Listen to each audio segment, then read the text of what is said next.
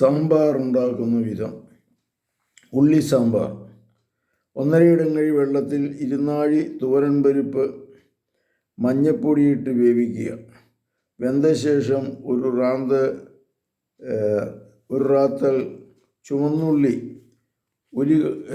തൊലി കളഞ്ഞ് പരിപ്പിലിട്ട് ചെറുനാരങ്ങ വലിപ്പത്തിൽ പുളി നാഴി വെള്ളത്തിൽ കലക്കി ഒഴിച്ച് പകർന്ന് 6 രൂപ തൂക്കം ഉപ്പും ചേർത്ത് വേവിക്കുക. ചീൻചട്ടിയിൽ 5 വറ്റൽമുളകും 5 രൂപ തൂക്കം കൊത്തമല്ലിയും 1/4 രൂപ തൂക്കം കായവും ഉലുവയും എണ്ണ പുരട്ടി ചുവക്കെ വറുക്കുക. വറവായത് കാണുമ്പോൾ ഉടനെ പകുതി തേങ്ങ ചിരകി